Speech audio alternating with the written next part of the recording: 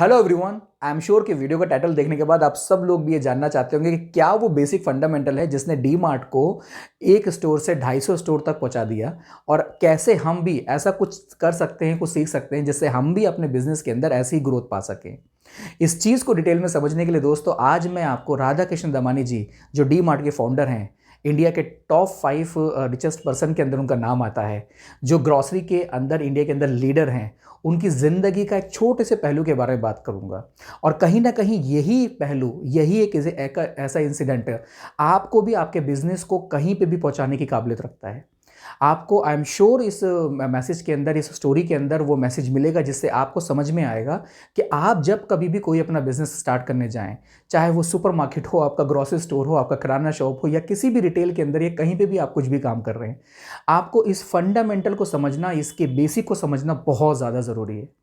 जैसा कि दोस्तों हम लोग जानते हैं कि राधा कृष्ण दमानी जी पहले एज अ ब्रोकर के तौर पे काम करते थे, और जब उन्होंने डिसाइड करा कि वो ये ब्रोकर वाला काम छोड़ेंगे और एज अ इन्वेस्टर काम करेंगे, अपनी खुद की कोई कंपनी स्टार्ट करेंगे, किसी पार्टिकुलर इंडस्ट्री सेक्टर के अंदर जाके अपना खुद की कंपनी स्टैब्लिश करेंगे, तो उनका ध्यान ग्रॉसरी इंडस्ट्री की तरफ गया और उन्होंने डिसाइड करा कि वो अपना खुद का एक सुपरमार्केट स्टार्ट करेंगे, एक मॉडर्न स्टोर स्टार्ट करेंगे।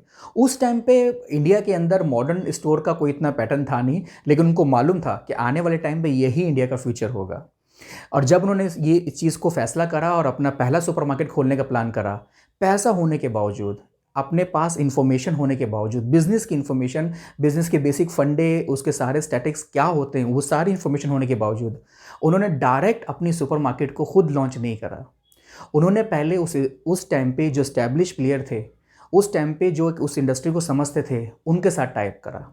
उनको अपना बाजार करके एक कंपनी मिली जो उस वक्त फ्रेंचाइजी बेस मॉडल पे उनको उनके सुपरमार्केट खोलने के लिए उनकी मदद कर रही थी, तो उन्होंने उनके साथ टाइप करा। वहाँ पर अपना बाज़ार की फ्रेंचाइजी ली, उसके साथ उन्होंने काम करा, और वो काम करने के बाद उन्होंने वो सीखा कि वो इंडस्ट्री, इसके जो ऑपरेशंस हैं वो किस तरीके से काम करते हैं। वो फ्रेंचाइजी लेने के बाद उनको बहुत जल्द समझ में आ गया कि इस फ्रेंचाइजी के अंदर भी बहुत सारे फ्लॉज हैं, बहुत सारी कमियां हैं। इस बिज़नेस को लार्ज स्केल पे वो उस फ्रेंचाइजी के कॉन्सेप्ट के हिसाब से नहीं लेके जा सकते। उन्होंने फिर डिसाइड करा कि अब उससे भी बड़ा जो लीडर है वो उससे सीखेंगे, और उनके सामने एक ही नाम आया, वो है वॉलमार्ट। वॉलमार्ट उस टाइम पे और आज भी पूरी दुनिया के अंदर ग्रॉसरी का टॉप लीडर है। और इसी चीज़ को और डिटेल में समझने के लिए, उसके फंडामेंटल को और क्लियरिटी पाने के लिए वो इंडिया से यूएस गए।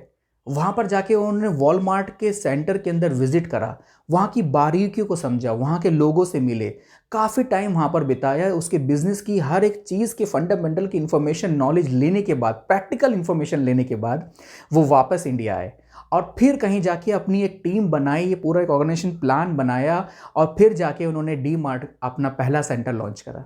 और अपने पहले सेंटर को लॉन्च करने के बाद भी उसके अंदर बहुत स्लोली एक्शंस लिए। ऐसा उन्होंने बिल्कुल नहीं करा कि अब मेरे पास इंफॉर्मेशन है, मेरे पास टीम है, तो आज मैंने एक सेंटर खोला है, कल मैं दूसरा सेंटर खोल दूं, परसों मैं तीसरा सेंटर खोल दूं। नहीं, उन्होंने बेसिक फंडामेंटल को अपना कोर हमेशा बना के रखा। वो जानते थे कि इस बिजनेस के अंदर अगर लंबी ग्रोथ पानी है तो पहले इसकी कोर को, इसकी नींव को, इसके फंडामेंटल को समझना और उसको स्ट्रॉन्ग करना ज़रूरी है। उन्होंने अपना पूरा फोकस पार्टिकुलर उस एक सेंटर के ऊपर दिया, उसकी सेल के ऊपर दिया, उसके ऑपरेशंस के ऊपर दिया। वो सेंटर को सही से चलाने के बाद, उसको प्रॉफिटेबिलिटी के अंदर लेके आने के बाद 2-3 साल के बाद उन्होंने कहीं जाके अपना दूसरा सेंटर खोलने की प्लानिंग करी। सो दोस्तों, इस छोटी सी स्टोरी से हमें 2 बेसिक लेसन्स मिलते हैं। पहला लेसन कि अगर हमें भी अपने बिजनेस की शुरुआत करनी है, आप किसी भी बिजनेस के अंदर अपनी एंट्री करना चाह रहे हैं, बिना इंफॉर्मेशन, बिना उस इंडस्ट्री के टॉप के प्लेयर्स कैसे उस जगह तक पहुंचे हैं, उसके फंडामेंटल के एनालिसिस की इंफॉर्मेशन के बिना आपको भी उस बिजनेस के अंदर, उस इंडस्ट्री के अंदर एंट्री नहीं करनी है। और दूसरा इंपॉर्टेंट लेसन ये है कि हमें बिजनेस को बहुत स्पीड से बढ़ाने की कोशिश नहीं करनी है। हमें पहले बिजनेस के फंडामेंटल को करेक्ट करने के बाद उसकी प्रॉफिटेबिलिटी के ऊपर ध्यान देना है। जिस दिन हमारा बिजनेस अपने आप एक प्रॉफिटेबिलिटी की तरफ आने लगेगा, आपके उसके फंडामेंटल कोर कॉन्क्रीट बेस हो जाएंगे, देन आफ्टर दैट आपको प्लान करना है कि आप उस बिजनेस के एक्सपेंशन के ऊपर कैसे काम करें। मैं आमतौर से देखता हूं कि लोग जब बिजनेस स्टार्ट करने जाते हैं तो उस वक्त इन सब चीज़ों के बारे में बिल्कुल नहीं सोचते हैं।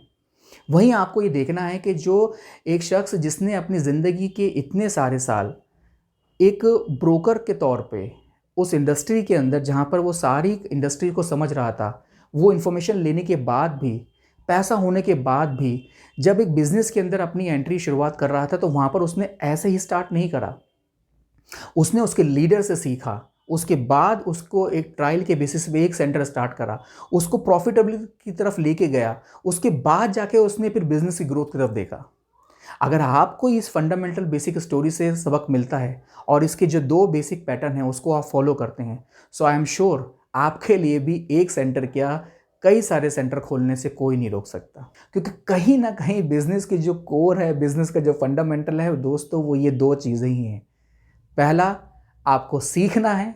दूसरा, आपको पेशेंस के साथ, प्रॉफिटेबिलिटी के साथ अपने बिजनेस को ग्रो करना है। आई होप कि आपको ये छोटा सा मैसेज अच्छा लगा होगा, इन्फॉर्मेटिव लगा होगा, और उम्मीद करता हूँ कि आप भी अपने बिजनेस के अंदर, अपनी लाइफ के अंदर इन बेसिक फंडामेंटल को अप्लाई करेंगे। वीडियो को लाइक करिए, शेयर करिए, चैनल को सब्सक्राइब करिए। मिलते हैं एक नए वीडियो में एक नए टॉपिक के साथ। This is Ali signing off.